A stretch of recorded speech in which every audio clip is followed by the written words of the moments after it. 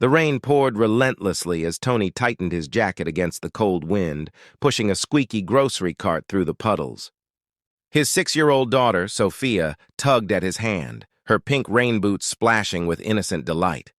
Tony glanced down at her, forcing a smile despite the weight of the unpaid bills and eviction notice in his pocket.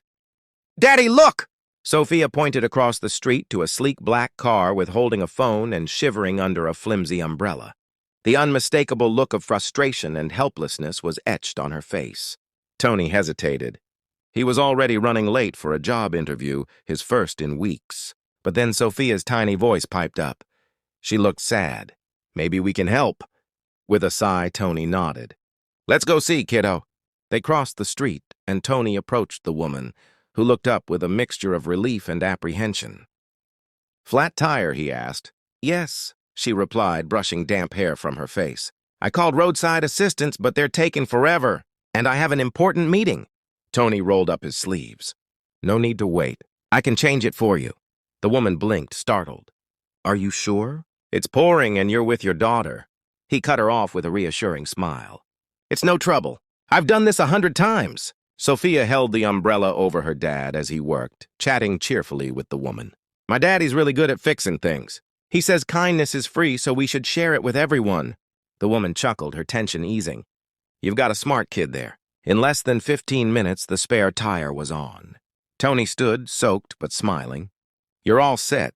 The woman opened her wallet, pulling out a crisp $100 bill. "Let me pay you for your trouble." Tony shook his head. "No need. Just happy to help."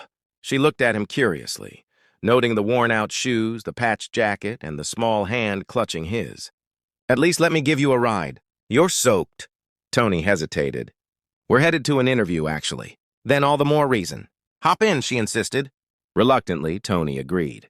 The woman introduced herself as Charllote Stephen, and Tony recognized her name from local news. She was the CEO of a major tech company.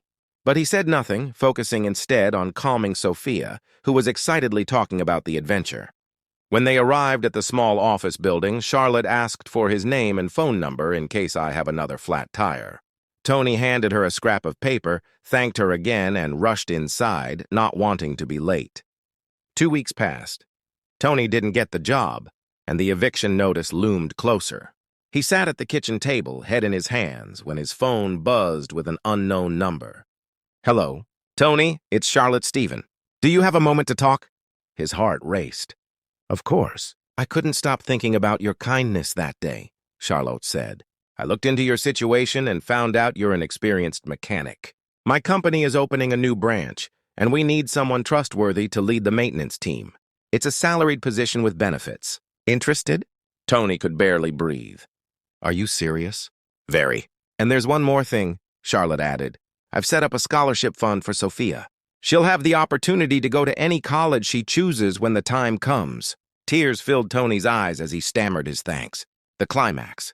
A month later, Tony stood in front of his new team, wearing a crisp uniform with the company logo embroidered on it. Sophia beamed from the break room, munching on a snack provided by the company daycare. As he walked to his car after his first successful day, Tony found a note tucked under the wiper blade.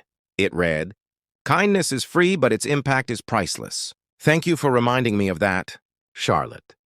The conclusion. Tony looked up at the sky, the setting sun breaking through the clouds. His act of kindness had changed the course of his life, proving that sometimes the smallest gestures can create the biggest ripples. And in that moment, he knew that no matter how tough life seemed, leading with a generous heart would always light the way forward.